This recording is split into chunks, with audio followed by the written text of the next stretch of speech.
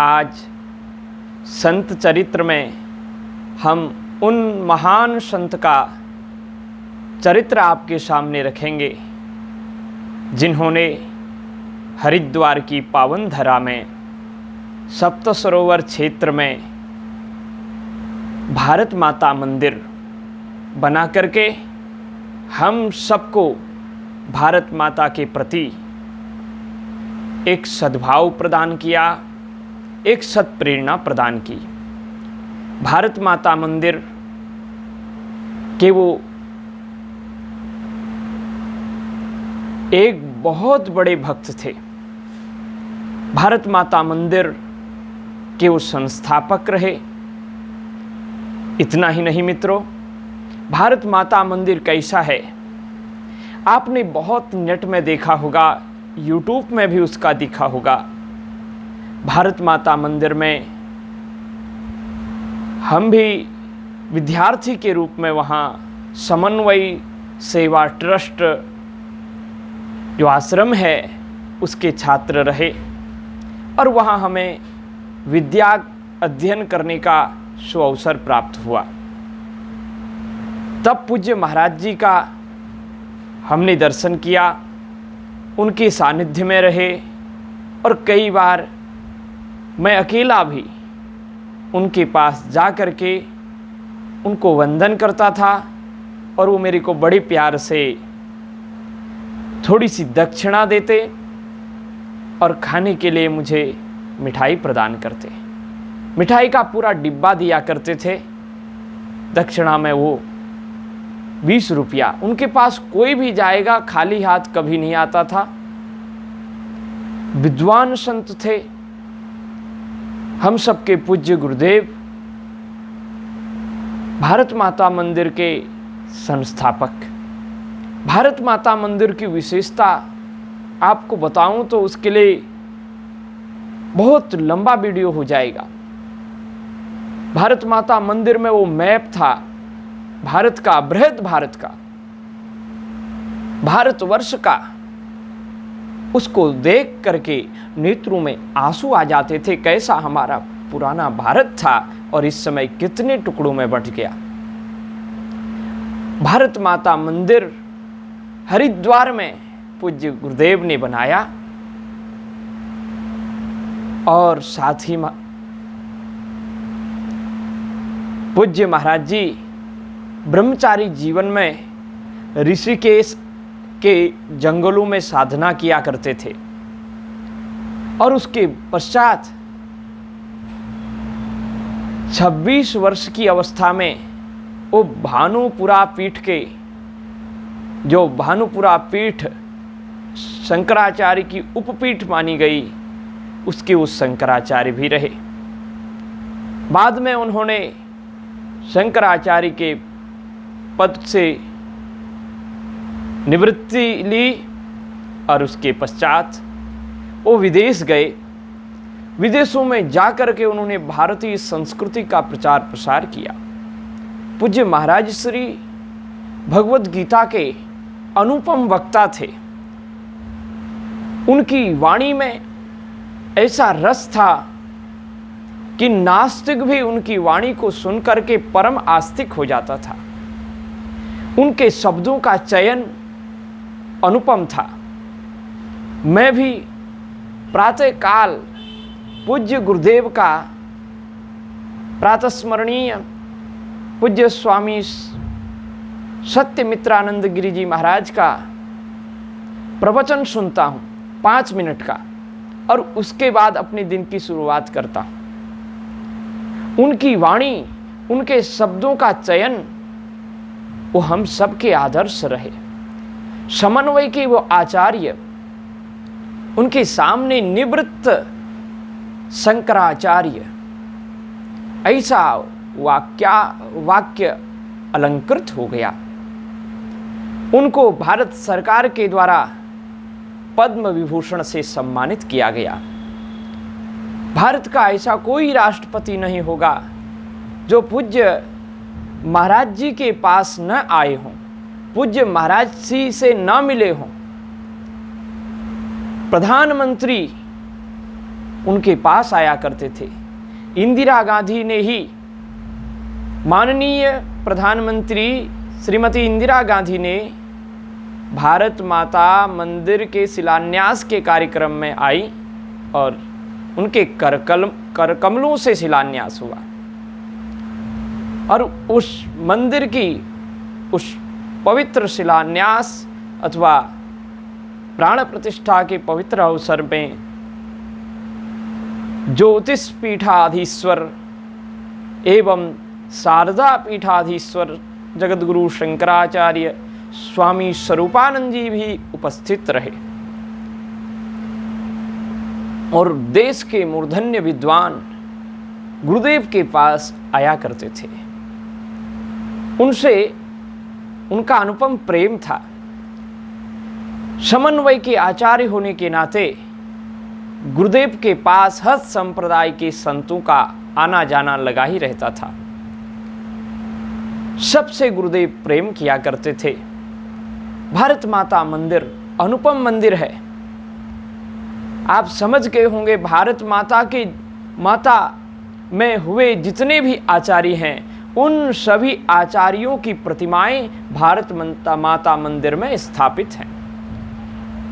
चाहे जगद्गुरु शंकराचार्य भगवान हो, चाहे जगद्गुरु रामानुजाचार्य भगवान हो, चाहे जगद्गुरु रामानंदाचार्य भगवान हो, चाहे जगद्गुरु वल्लभाचार्य भगवान हो, चाहे जगद्गुरु निम्बारकाचार्य भगवान हो, ऐसे करके बड़ी आचार्यों की लंबी श्रेणी, महर्षि वेदव्यास, महर्षि वाल्मीकि और साथ ही संत कबीर, संत तुकाराम, संत ज्ञानेश्वर और संत एकनाथ, संत सूरदास, मीराबाई, अहिल्या होलकर और अन्यान्य भी, झांसी की रानी, बड़ी बड़ी वीरांगनाएं, शहीद वीरांगनाएं, देशभक्त वीरांगनाएं,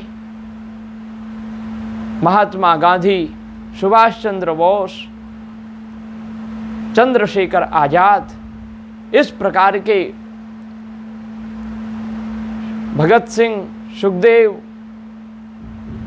अनेकानेक वीर शहीदों का भी वहां प्रतिमा है। और साथ ही मित्रों, देश के लिए भक्ति दिखाने वाले, भक्ति करने वाले देशभक्तों का वहां आपको दर्शन होगा। आपको साथ ही मां देवी दुर्गा के अनेक विभिन्न रूपों का वहां दर्शन होगा। वहां वेद भगवान का दर्शन होगा। आपको भारत माता मंदिर में आपको भगवान विष्णु के विविध अवतारों का दर्शन होगा, विविध संतों का दर्शन होगा और भगवान भोलेनाथ का भी आपको वहां दर्शन होगा। भारत माता मंदिर ही पूज्य स्वामी ब्रह्मलीन सत्यमित्रानंद गिरि जी महाराज का समन्वयवाद को प्रदर्शित करता है। पूज्य स्वामी जी महाराज जब ब्रह्मलीन हुए तो हम वहीं उपस्थित थे। पूज्य गुरुदेव का जब शरीर अस्वस्थ था तब हमें पूज्य गुरुदेव के सन्निकट बैठ करके, उनके पार्थिव, उनके शरीर के सन्निकट बैठ करके हमें श्रीमद् भगवद गीता और राम रक्षा स्तोत्र, गजेंद्र मोक्ष, इन सब का पाठ करने का भी पवित्र अवसर प्राप्त हुआ। पूज्य गुरुदेव का कितना विराट व्यक्तित्व था। ऐसा कोई स्थान नहीं जहां गुरुदेव ना गए हों। मैं भारत के विविध क्षेत्रों में जब जाता हूं, पूज्य गुरुदेव का नाम स्मरण करता हूं, लोग अत्यंत प्रसन्न होते हैं। गुरुदेव के बारे में वो मेरे से कहीं ज्यादा जानते हैं। तो उन्होंने किस प्रकार से परिव्राजक के रूप में भारत का भ्रमण किया और भारत के विकास में, भारतीय संस्कृति को भारत के कण कण में पहुंचाने का श्रेय तो उनको जाता ही है, साथ ही विदेशों में भी उन्होंने भारत माता मंदिर की संस्थापना करके वहां भगवद गीता, रामचरितमानस आदि के प्रवचनों के माध्यम से सारे जगत को भारतीय संस्कृति से परिचित कराया। इसलिए वास्तव दृष्टि से पूज्य स्वामी जी महाराज जगत गुरु की उस पदवी के योग्य रहे। उनमें हर वर्ग के प्रति अद्भुत प्रेम था, उनमें करुणा थी, कृपा थी और राष्ट्र भक्ति के प्रति, राष्ट्र के प्रति उनका पूर्ण समर्पण था। वो एक पद में कहते हैं, राष्ट्र रहे, संस्कृति रहे, रहे धर्म आचार, भारत में फिर जन्म लूं विनती बारंबार।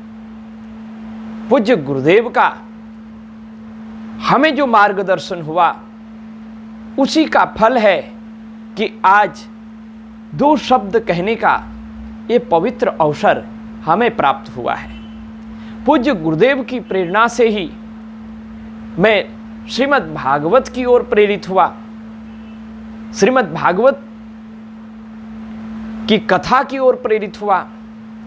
पूज्य गुरुदेव की अनुमति से और उनका आशीर्वाद मैंने डोंगरे जी की पुस्तक में जब ले गया उनके पास, तो उनको अत्यंत आनंद और हर्ष हुआ। वो मेरे ऊपर बड़े प्रसन्न हुए।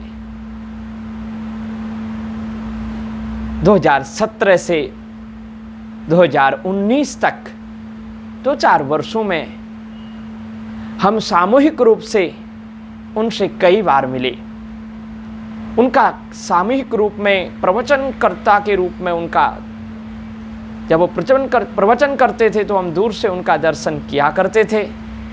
उनके समीप जा कर के सारे विद्यार्थियों के साथ उनको नमन वंदन किया करते थे।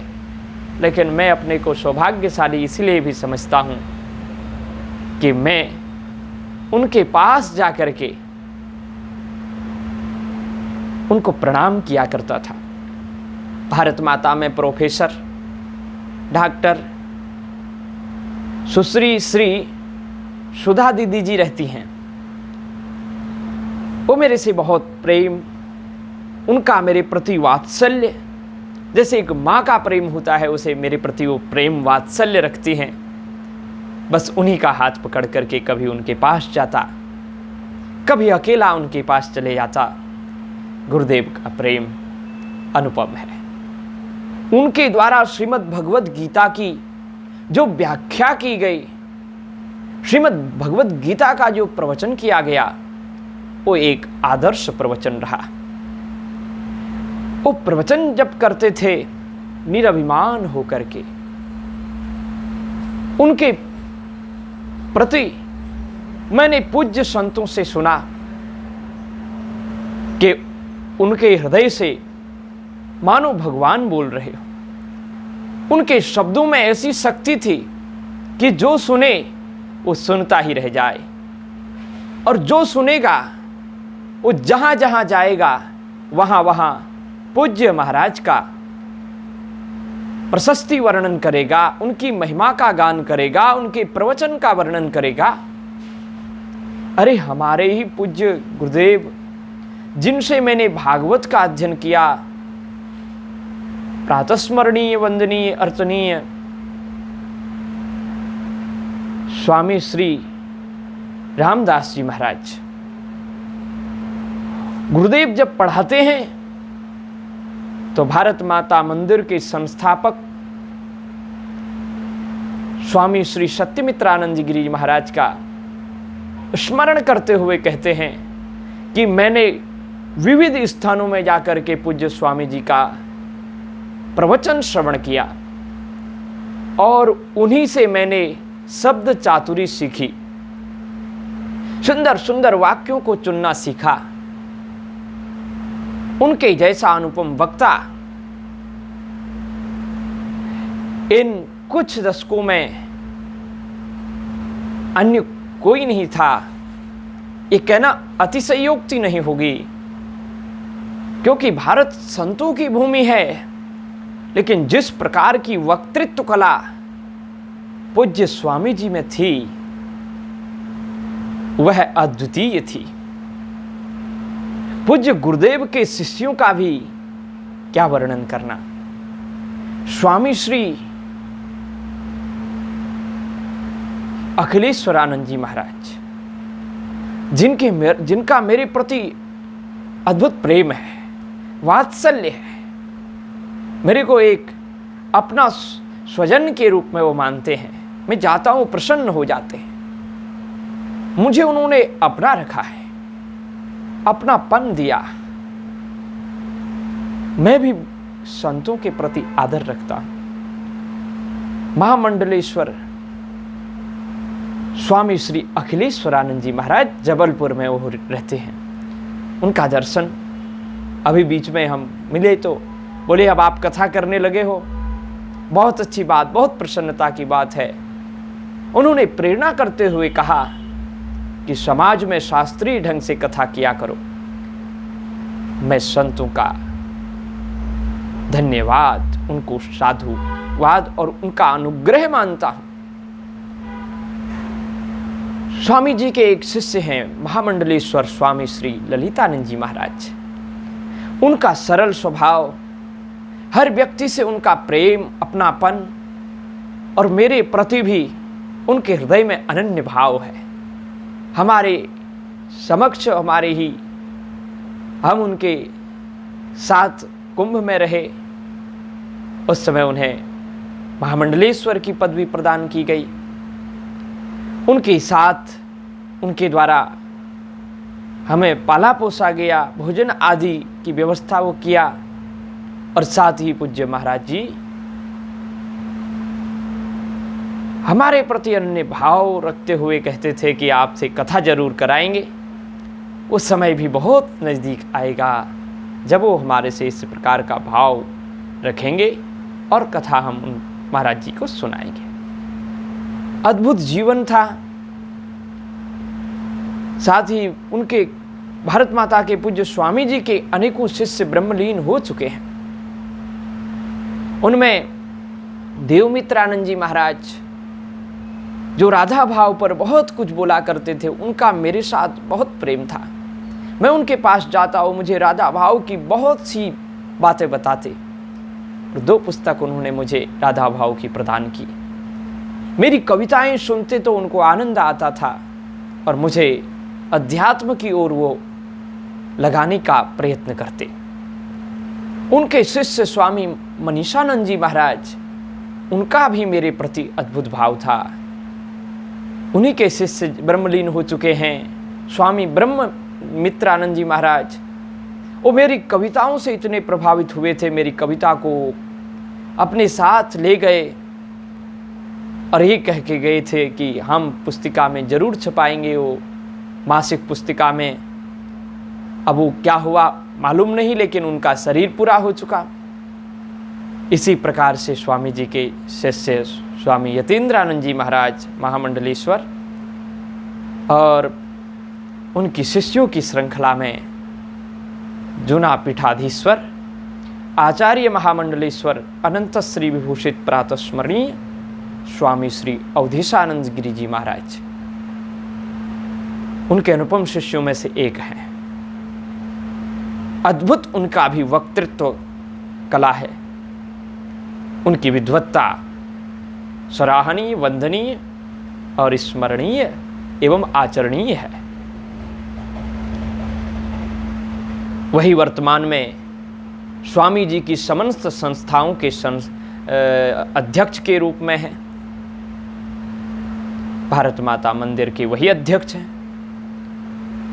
और पूज्य स्वामी ब्रह्मलीन सत्यमित्रानंद जी गिरी जी महाराज के एक शिष्य बड़े अद्भुत हैं, अद्भुताति अद्भुत।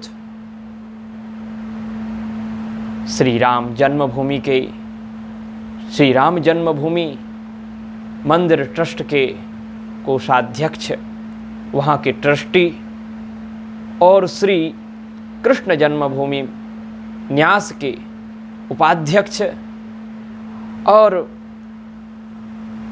38 से ज़्यादा वेद विद्यालयों के पूरे भारत के संस्थापक, पूरे भारत में जिन्होंने वेद विद्यालय खोले हैं, वेद वेदांत के ज्ञाता वेदमूर्ति आचार्य स्वामी गोविंद देव गिरि जी महाराज, जिनके द्वारा मैं भी अनुग्रहित हूँ, जिनकी कृपा, जिनकी करुणा, जिन्होंने मुझे गुरुमंत्र प्रदान किया, ऐसे पूज्य गुरुदेव भी स्वामी जी के ही शिष्यों में से एक है। स्वामी जी ने ही गुरुदेव को संन्यास दिया था।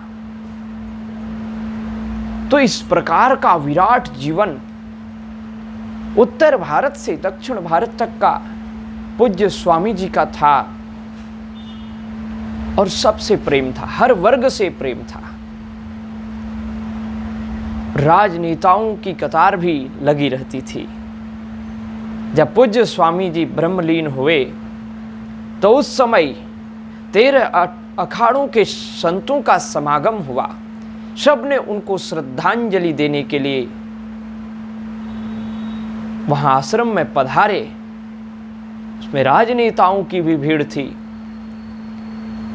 संतों का संत से कैसा प्रेम होता था, भारत माता में रहते हुए, भारत माता मंदिर में और वहाँ के समन्वय सेवा ट्रस्ट के छात्र के रूप में हमने ये सब कुछ देखा। उनका वात्सल्य, उनका प्रेम, उनका आशीर्वाद आज भी हम पर है। आज भी मैं उनकी सन्निकटता अनुभव करता हूँ। उनका समाधि मंदिर जनहित सेवा ट्रस्ट राघव कुटी में जहाँ वो विराजमान रहते थे, वहीं उनका समाधि स्थल, जिसको समाधि मंदिर के नाम से जाना जाता है, विराजमान है। हम वहाँ जाते हैं, प्रणाम नमन वंदन करते हैं। तो आज एक महान संत का हमने गुणगान करने का प्रयास किया। देखो, संतों की महिमा बहुत होती है, लेकिन उनकी वर्णन करना भी कठिन होता है, क्योंकि भक्त भक्ति भगवंत गुरु चतुर नाम वपु एक, इनके पद वंदन किए नाशत विघ्न अनेक। भगवान में, गुरु में, भक्ति में और भक्त में कभी अंतर नहीं मानना चाहिए, ऐसा हमारे आचार्यों ने हमको कहा।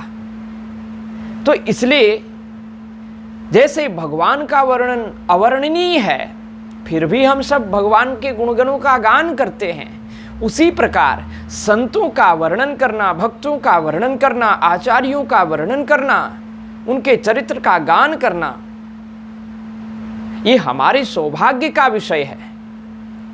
इससे हम उनके पूरे चरित्र को कह डालें, ये नहीं है, ये धृष्टता करना उचित भी नहीं, लेकिन उनके चरित्र का गुणगान करना ये हमारे जीवन का बहुत बड़ा सौभाग्य है।